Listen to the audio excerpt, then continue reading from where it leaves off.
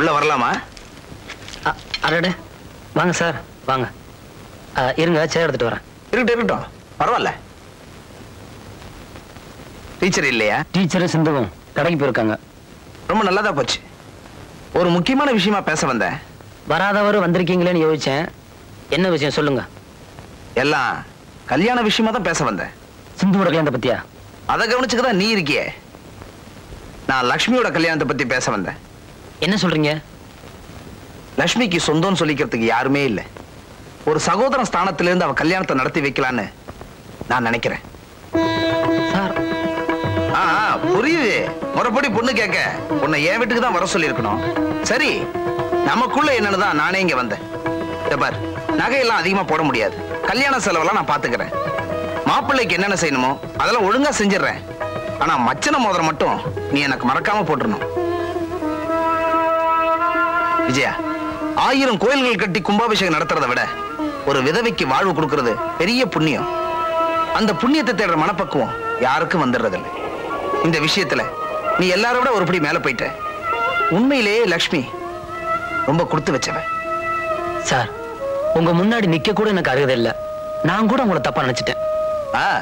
என் மகராசி எல்லாரும் அப்படிதான் நினைப்பாங்க. ஆமா, நீ எதுக்காக என்ன தப்பா நினைச்ச? ஊர் ஜனங்க சேர்ந்து பேசும்போது லட்சுமி உன் வீட்டை விட்டு வெளியே அனுப்ப சொன்னேன், அதுக்காகவா? நான் ஏன் தெரியுமா அப்படி சொன்னேன்? லட்சுமியை என் வீட்டுக்கு கூப்பிட்டுட்டு போய் ஒரு அண்ணன் தங்கச்சிக்கு என்னென்ன செய்யணுமோ அதெல்லாம் முறைப்படி செஞ்சு உனக்கு அவளை கட்டி வைக்கணுன்றதுக்காக தான். என்னடா இவன் சம்பந்தமே இல்லாம பேசுறானேன்னு நினைக்கிறியா? லட்சுமி மேல எனக்கு ஒரு பாசம். அது ஏன்னு எனக்கு தெரியல.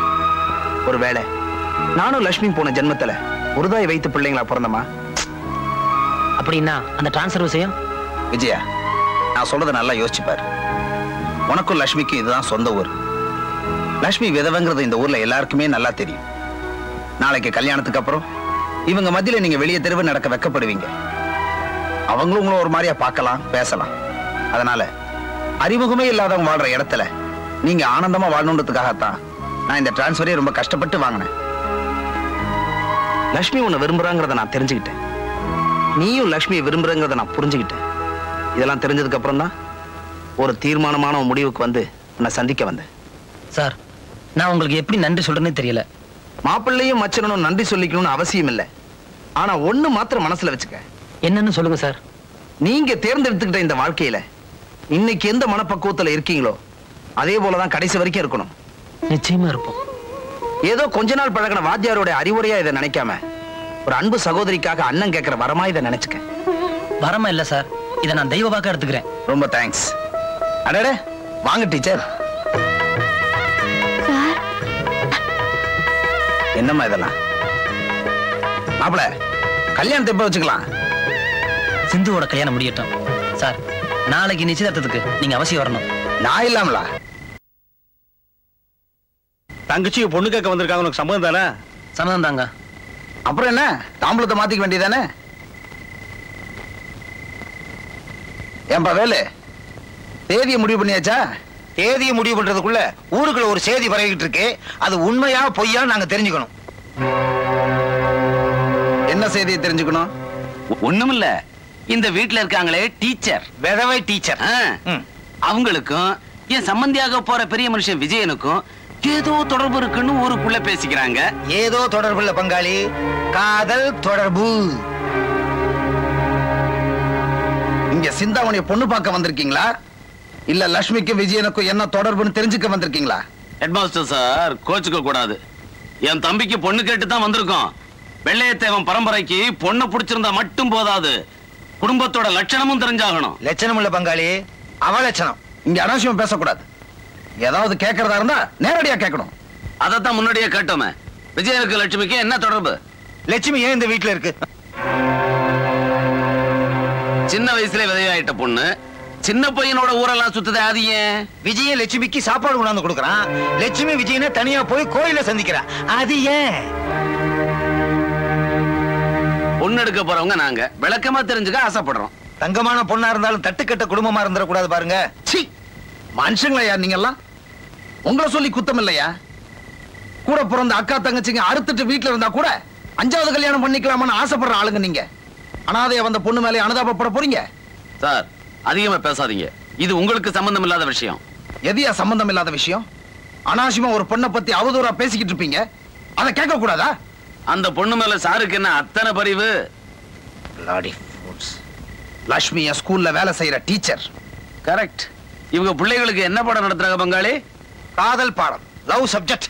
ராஸ்கல். சார், தயவு செஞ்சு எனக்காக பேச வேண்டாங்கிற. ஓகே, இவங்கிட்ட பேசி என் கௌரவத்தை குறைச்சுக்கிறத விட பேசாம இருக்கிறதே நல்லதுன்னு நினைக்கிறேன். மூஞ்ச பாரு, பெரிய மனுஷங்களா.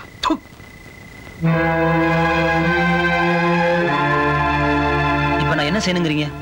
உனக்கும் லட்சுமிக்கும் தொடர்பு இல்லைன்னா இப்பவே அவளை வீட்டை விட்டு வெளியே அனுப்பிடு. இல்ல தொடர்பு இருக்குன்னு ஒத்துக்குங்க, நாங்க வீட்டை விட்டு வெளியே போயிடுறோம். விஜயா, பிரச்சனை முத்தி போச்சு. இப்ப என்ன செய்ய போற? நீங்க விரும்பினாலும் இந்த கிராமம் ஏத்துக்காதுப்பா. நிச்சயதார்த்தம் வரைக்கும் வந்து உன் தங்கச்சி கல்யாணம் நின்னு போயிட்டா இனிமே இந்த வீட்டுக்கு பொண்ணு கேட்டு யாரும் வரமாட்டாங்கப்பா. உன்னோட முடிவுல தான் உன் தங்கச்சியோட வாழ்க்கையே இருக்கு. விஜயன், நேரம் ஆச்சு, ஒரு முடிவை சொல்லுப்பா.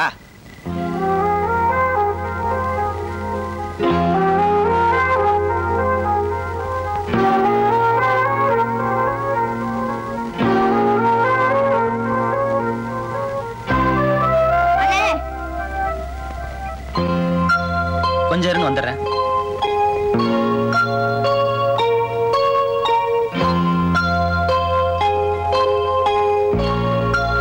இவங்க எல்லாம் இவ்வளவு தூரம் கேட்டு நீ பேசாம இருந்ததுல இருந்து என்னால உன்னை புரிஞ்சுக்க முடியுது. ஆனா இந்த டீச்சரால தான் என் வாழ்க்கை கெடுது. என்னால முன்னாடியே புரிஞ்சுக்க முடியாம போச்சு. கூட பிறந்த தங்கச்சிக்கு குச்சி மிட்டாய் கூட வாய் கொடுத்து பழக்கம் இல்லாத உனக்கு அவ குடும்ப வாழ்க்கை பத்தி எங்க என்ன கவலை வரப்போகுது? உனக்கே அந்த கவலை வராத போது டீச்சருக்கு மட்டும் என் மேல எப்படி இருக்க வரும்? நீ யார பத்தி தான் கவலைப்பட்டிருக்க? உன்னை பத்தி கவலைப்பட்டு அம்மா போய் சேர்ந்துடுச்சு. அடுத்து நான் தான் இருக்கேன்.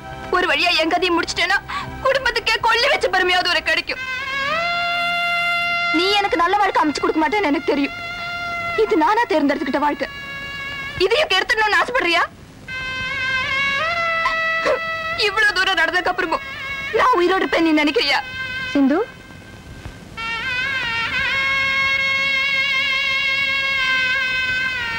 நான் போறேம்மா.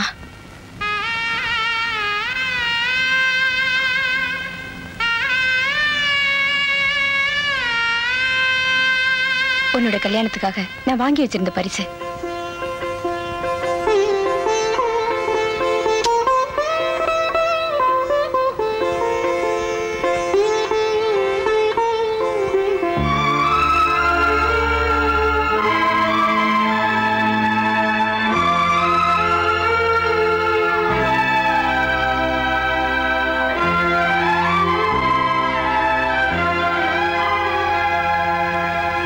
விஜயா, லட்சுமி வீட்டு விட்டு வெளியே போறதுக்கு நீ சம்மதிக்கிறியா?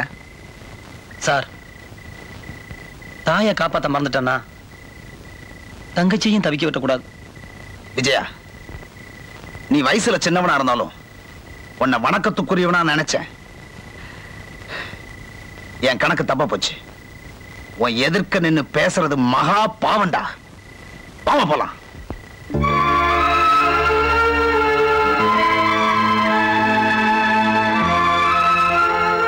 எது நடக்கணும்னு நினைச்சனோ அது நடந்து முடிஞ்சு போச்சு.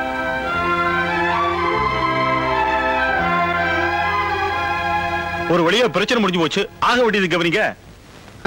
அண்ணங்காரு தங்கச்சிக்கு என்ன சீதனம் கொடுக்க போறாரு? நான் தான் எதுவுமே தர முடியாதுன்னு முன்னாடியே சொன்னனே. புதுசா ஒண்ணும் கொடுக்க வேணாம், இருக்கிறத கொடுத்தா போதும். ஓஹோ, பூர்வீக வீடு இது இருக்க, அதை தங்கச்சிக்கு கொடுக்க சொல்றீங்களா பங்காளி? நேரடியா சொல்ல வேண்டியதானே, நீங்க ஒரு குசும்பான ஆளு. சரி, இந்த வீட்டை சிந்து பேருக்கு எழுதி கொடுத்துறேன். எல்லாம் நல்லபடியா முடிஞ்சிருச்சு. தாம்பூலத்தை மாத்திக்குங்க.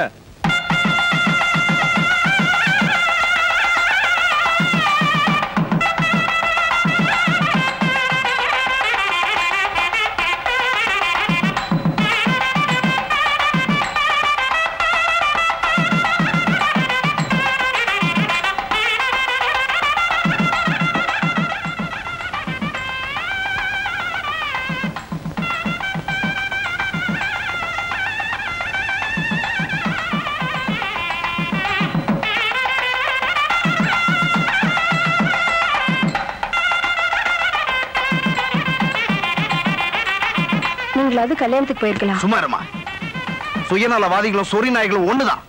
மனித தன்மை இல்லாதவனை நான் மதிக்கிறது இல்ல, அவன் வீட்டு வாசல நான் மிதிக்கிறது இல்ல. அவர் கடமையை தானே செஞ்சாரு. கடமை எந்த அளவுக்கு முக்கியமோ அதே மாதிரி அடுத்தவங்களை கண்ணீர் சிந்த வைக்காம பாத்துக்கணும்.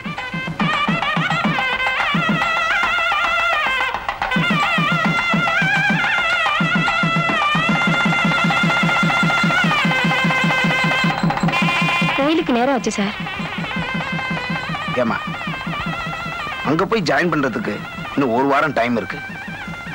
அது வரைக்கும் நீங்க இருந்துட்டு போனீங்கன்னா உன் மனசுக்கு அமைதி கிடைக்கும்ல. கிடைக்காததுக்கு முயற்சி பண்ணி எனக்கு அழுத்து போச்சு. இனி ஆண்டவன் தான் எனக்கு அமைதியை கொடுக்கணும். வாங்க போல.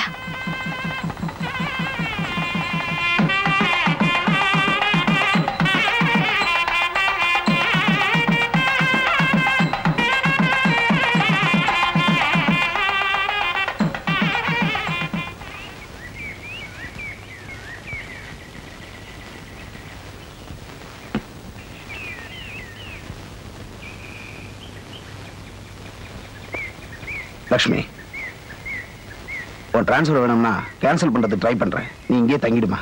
வேண்டாம் சார், இனிமே நான் இங்க தங்க விரும்பல. ஓகே, எங்களை நீ மறந்துடாதம்மா. சார், உங்களையும் இந்த கிராமத்து மண்ணையும் என்னால மறக்கவே முடியாது.